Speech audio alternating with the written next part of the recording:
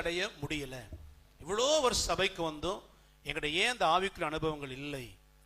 முதல் ரீசன் வாசிங்க, எபிரேயருக்கு எழுதின நிருபம் 9:14 ஆவியினாலே தம்மை தாமே பழுதற்ற பலியாக, நித்திய ஆவியினாலே தம்மை தாமே பழுதற்ற பலியாக தேவனுக்கு ஒப்பு கொடுத்த கிறிஸ்துவினுடைய ரத்தம் ஜீவனுள்ள தேவனுக்கு ஊழியம்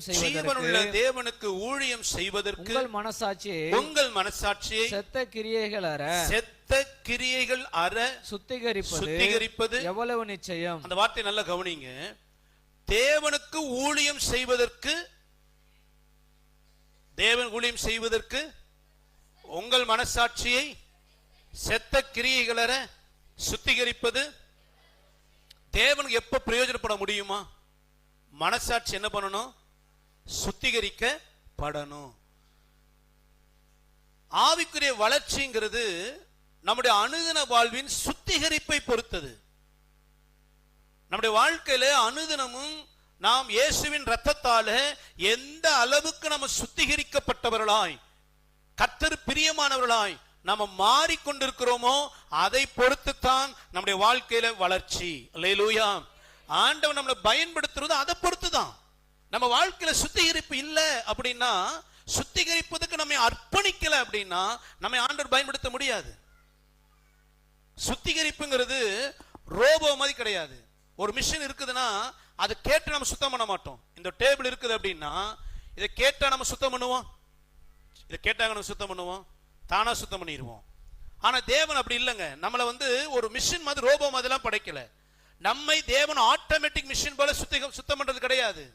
நாம் நம்மை எந்த அளவுக்கு கர்த்தர் சுத்திகரிப்பதற்கு விட்டு கொடுக்கிறோமோ அவ்வளவாக நம்மை இவர் சுத்திகரிக்கிறார். நாம எவ்வளவாக சுத்திகரிக்கப்படுறோமோ அந்த அளவுக்கு நம்ம வாழ்க்கையில் கனிகள் வெளிப்படும். கர்த்தர் நம்மையும் பயன்படுத்துவார். அல்லேலூயா. சத்தமா சொல்லுவோமா? ஆகவேதான் பவுல் சொல்றாரு 2 கொரிந்தியர் 5:17, ஒருவன் கிறிஸ்துவுக்குள் இருந்தால் புது சிருஷ்டியாய் இருக்கிறான். புது சிருஷ்டினா என்னது?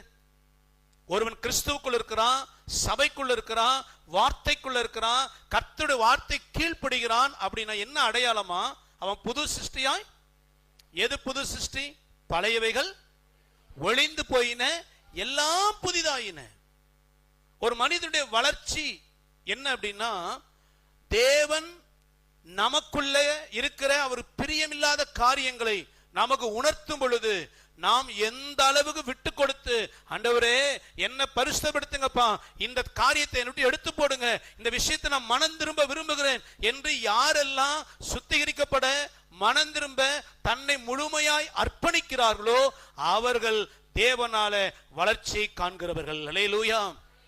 இப்ப எங்க பிரச்சனைனா, நிறைய வசனம் கேட்கிறோம், ஆனா அர்ப்பணிக்க மாட்டேங்கிறோம். எதுக்கு? சுத்திகரிக்கப்படுவதற்கு.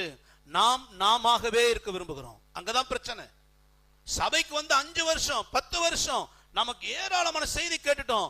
ஆண்டவர் நம்மோடு பேசிக் கொண்டிருக்கிறார். நம்ம சுவாபங்களை குறித்து, நம்ம வாழ்க்கையை குறித்து, நம்ம மனம் திரும்ப வேண்டியதை குறித்து, கீழ்ப்படிய வேண்டிய பிரமாணங்களை குறித்து கர்த்தர் எவ்வளவு பேசினாலும் காதுல வாங்கிக்கிறோம், மண்டையில ஏத்திக்கிறோம், மூளை அறிவை வளர்த்திக்கிறோம். ஆனா வெளியே போகும்போது நாமவே தான் என்ன செய்யறோம்? போறோம். என்னை பரிசுத்தப்படுத்துங்க ஆண்டவரேன்னு சொல்கிற விட்டு கொடுக்கிற அனுபவம் இல்லை. இன்னும் பழைய காரியங்களை உள்ள வச்சுக்கிட்டே இருக்கிறோம். பழசு உள்ள இருக்கிறவரை நம்மால கனி கொடுக்கிறவர்களாய், பிரயோஜனம் உள்ளவர்களாய் வளரவே முடியாது. அல்லேலூயா.